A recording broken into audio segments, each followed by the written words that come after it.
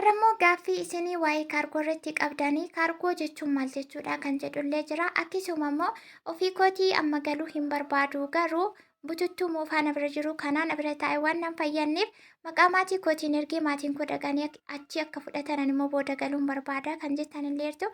Inni maqaa namaatiin achi taa'anii erganii fi inni ofii fudhatanii galanis immoo garaagarummaa kamii akka qabu. Ani kaargoo erguun koo yeroo tokko qofa miti. Inni kun yeroo sadaffaadha.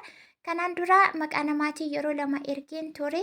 Sadaffaa irratti immoo kunoo ofii koo qaraxa saantiima tokko ton kaffaliin fudhadhee galaatiin jira. Isa kana tokko isaa gaaffii irratti deebisuudhaaf dhufeen jira.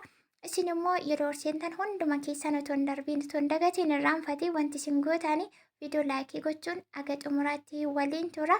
Bakka jirtanitti nagaan isiniif haa ta'u. Akkam jirtu fayyaa keessanii nuti nagaa keenya galata waaqayyoo. Yeroo jalqabaaf gara mana kanaa warri dhuftan immoo warri haaraa taatan sabiskiraabii godhaa. Akkasuma viidiyoo keenya jaallattanii yeroo hubattanii fakkeenya fudhatan laayikii godhaa. Hagammaatti warri nu wajjin jirtan immoo maatii faamilii keebeek obsaalee hunduma keessan yaada keessan hasaaba saayitii keessan baay'ee galatoomaa ulfaadhaa isiniin jechaati. Amma kallattiimaan gara kaargoottiin isinii darbaachuudha jalqaba.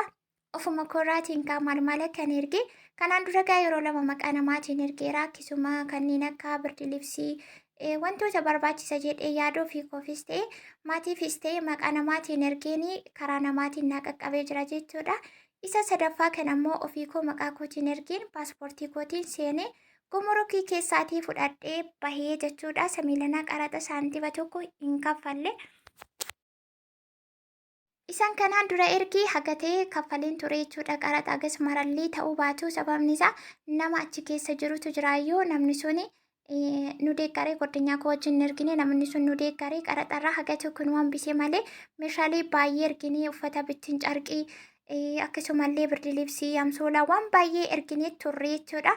Qaranni yeroo sana dhukkeen irraa kaasuuf ture garuu waan dhibaatii keenya hin qabne namatu achi keessa jiraayyuu namatu nu deeggare achi keessaa waanuma ta'e kaffalleetu baafannee jechuudha. Yeroo sana isa miilanaa kan ammoo saantiima tokko hin kaffaliinaan achi keessatti kaartooniin kun akka achi ashagamee dhufetti yeroo ufee as boolee gumruk keessa ga'ummoo haaduu billaa sibiila achi keessa hin jirre hin jiru isiniin jedheera. Kanaan dura hin beekne isaan tarattaranii tarsaasanii yeroo fattashanii sarraateenyonni kan hiikanii fattashan dirqama kaffaltii isaan barbaachisa waan ta'eef birrii 1,200 kaffalee gatii fattashaa bichaa kan kanaan achi waa tokkoon kaffaliin tiraanspoortii bichaa kaffalee gara mana kootti fudhadheetii galee jechuudha. Kunooti amma kana bakka kana jira. Amma mana keessa ga'ee manatti hiikaatiin jira.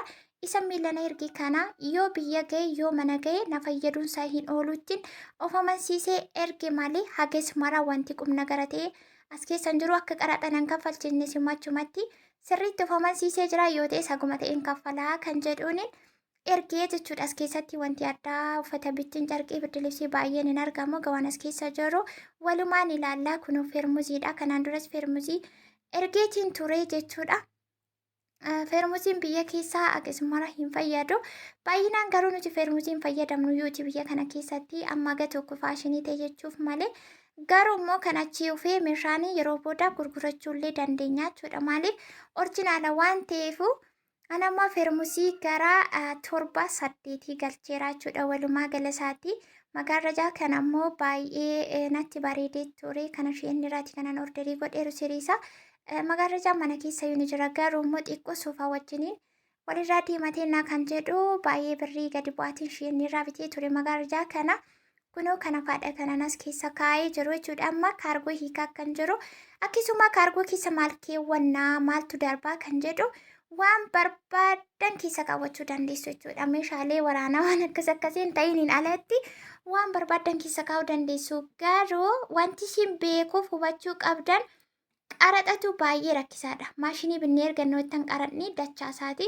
Akkasuma firiijii meeshaalee elektiroonii meeshaalee kamuu haaraa ta'e uffatas ta'e waanuma kamiyyuu taanaan haaraa taanaan qaradni akka qaaraatti nama gubaa jechuudha achi keessatti. Isa kanaan rakkoon alatti kaargoo jechuun waan barbaadan dhagaa lafa kanaa fuutanii kaartoonii keessa kaawwatanii yoo ashagattan namni sin gaafatu hin jiru. Garuu qaradni baay'ee tokko siiresiidha achi keessatti jechuudha. Kanaaf ani immoo bakka kanatti egaa waanuma bututtuu ta'e as keessa galchee asitti kaargoo ergee waan kwaalitii qabu, waan qulqullina qabu, waan haaraa ta'e immoo kanneen akka maashinii kan keekii hojjetu, kan buna daakuu, kan buna danfisuu, moqorqoraa waan elektirikiitiin hojjetu hunduma isaa jechuudha. Harka koottidha kanan qabadhee dhufee jiru.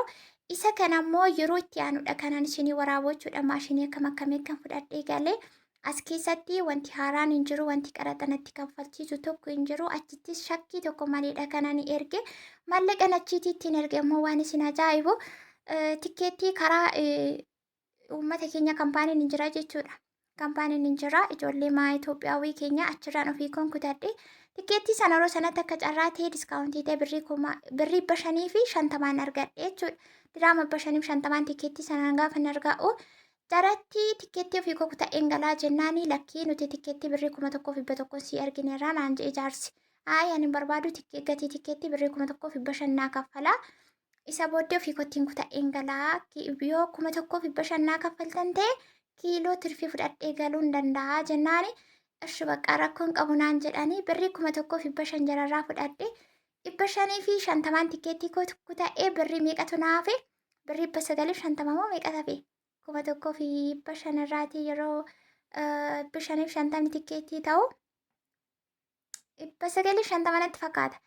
Isheetiin immoo kaargoo koo kana ergadhee asitti otoo qaraxa hin kaffaliin nagaa kootiin meeshaan ani barbaade walitti qabadhellee haala kanaatiin asnaaf ga'ee jechuudha. Hamsoolaan tokkollee keessa jira. Egaas kanatti kan kee keessaa qubna garriyyuu hin jiru jechuu dandeessu. Anaan garuu na fayyadaa bakka bakkatti na as ga'ee jennaan feestaaliin hin baddu. Wanti isin ajaa'iba jechuudha. Feestaalii jettuun hin baddu sababni isaa achi maallaqa kamuu yoo finnee dhufne manaa gadi baatanii suuqirraa kaardii birrii 5 birrii 10 bittanii guuttachuuf akkamittiin akka inni nama aarsu warri biyya keessa jiran gaarii isaattis yaraa isaatti yoo itti qorre homaa isaaniitti hin fakkaatu. Garuu nuti warra achitti birrii barree dhufne kun baay'ee tokko rakkisaa fi qormaata namatti ta'a jechuudha. Innaa kaargoon koo kunoo kana fakkaataa qimamii tokkollee na barbaachisa jedhee kana yaadu qabadheetii dhufee jira. Feermuzii as keessa 4tu jira jechuudha. Feermuzii 4tu jira. Kanaan duras immoo manaa gara arfan tokko nan qaba. Walumaa gala isaatti agatee itti fayyadamee kanarraa hafe immoo yeroo booda gurgurachuu hin danda'a jechuudha. Maaliif biteen fide waan ta'eef orjinaalaadha. Feermuziin alaa dhufu keessa isaa bishaanuma qorraatiin miidhachitti ni beektu qimamonni. Feermuziin biyya keessaa bitamu garuu keessa isaa bishaan ho'aatiin yoo miicame malee hin caccabaa jechuudha maskaatiinsa. Isa kanaaf kunoo kana fakkaata. Tokkommoo feermuziin tokkommoo tiriillee qaba jechuudha. Siiniyaa isa jala taa'u tirii qaba. Lamadha. Akkasuma immoo kan waan tokko bira kaawwatanii jechuudha. Saayinaa xixiqqoo lamallee of biraatii qaba. Inni kun isa daalacha kana dhaqwaa'uma irratti hin argitu. Na barbaachisa kanan jedhu waan tirkimirkii mana keessaa lafa xaragee mana xaragee maal godhee qibaatii shaamboo waan asirratti argitan hundumaa asuma keessatti gadi naqee jechuudha. Garuu yeroo achi maallaqa fidannee dhufnu wanti ammi kun otoo nu barbaachisuuti bitachuuti hin dandeenyu. Seneegaalee keessattuu qimamoonni itti yaaduuti qabdu gadi teessanii jechuudha. Ani ammoo rakkoo tokko hin qabu. Keessumaa waan akka maankaa, waan akka billaa, waan akka cilfaa basmaam kana dhiisinitti immoo hin danda'u. Maankaaf cilfaaf iddoo ba'u taa'u hin qabu. Biyya keessaa buruushillee hin dhiisnani. Maaliif qaaniin qabu kun manadha waan ta'eef ani itti hin qaaneffadhu. Kunooti feermuziinii kana fakkaata. Inni daalachi kun egaa saayinaa tiriisuma jala taa'eeru kana qaba. Inni adiin kun lamaan qofaattidha. Inni daalachi kun immoo saayinaa 2 qaba. Tirii qaba. Walumaa gala isaatti 5 ta'etu jechuudha. Bakka tokkotti kanan bitee jiru. Tiraasiin kunillee yeroo tokko mana jalatti gibbii keessatti buna dhuguudhaaf yeroo ayyaana waan akkasii jechuudha. Waan akkasiitu natti tolanaatti. Akkasittiin walitti qabee kana fidee dhufee jechuudha. Kanaan duratti meeshaalee baay'ee uffatas ta'ee birdilibsiis ta'ee gaaffii isaa hin qabu. Maatiifillee ergeetiin ture. Akkasumallee obbolaawwan tokkoof ergeen ture. Ofii koollee akkasii jechuudha. Kanaafuu itti yaaddanii deemuutii qabdu malee kan amma biyya keessaan argamu kunifaa sunifaa maal fayyada jechuutii dandeessu. Fooxaallee kan fooxaa ishee xixiqqoo akka kana kunoo jechuudha. Kuni kirooskii moo kirooksii jedhama. Caammaan kunillee achitti kanaan itti fayyadamaa ture. Baay'ee orjinaalaa asiiti. Birrii 500 birrii 100 kan bitamu guyyaa 2 uffattanii deemtan jechuudha. Kanagaan keessa waan ajaa'ibaatu jiraan isiniin jedha waan ajaa'ibaa. Uffannillee haga tokko ni jira. Haga uffatanii uffatteellee fidhuu hin danda'u. Garuu namni jira waan ta'eef bakka bakkatti kennantu jira. As bakka kanatti dhugaa dubbachuuf baay'ee tokko da'afee aduun hin guba. Kaartoonii hiikee as kanatti. Kaameraamaaniin koo faantaamoo miriindaadha kun na affeereetu jira jechuudha. Kaargoo keessa gaa waan barbaadan galfattanii ergachuu dandeessu. As kanatti ilaalaa maankaa, maammasaa, billaa wanumti hafe hin jiru. Vaaziliiniin, shaamboon wantumti ani dhiise hin jiru na fayyada kanan jedhu. Kana hundumaa qaraxa tokko ittiin kaffalii wulliqi godhee dabarfadhe. Waan ani erge hundumaatti milkaa'ee nagaan gara manaatti. Naaf galeetu jira. Meeshaalee elektiroonii ta'an immoo isaa maashinoota garaagaraa viidiyoo biraatiin ani isinii qabadheetii dhufamii asirraa waan barattan waan isinitti fakkaatee waan jaallattan caammaa haaraan illee ni jira. Waanumti as keessa hin jirre hin jiruun isiniin jedha. Kun ammoo hundisaa hojii mataasaa qabaa jechuudha. Bakka qabsiisee tartiiba godhee maal godhee hunda isaa immoo booda yeroo laaltan akkan gaabbine amma jarjartanii koomentii faallaa namaa kan kennin asumarraan akeekkachiisaa isinitti hima. Kun saamunaan harkaallees kanatti jechuudha. Saamunaan harkaa tokko xiqqishuun tokko birrii 70 moo 80 jedhanasi.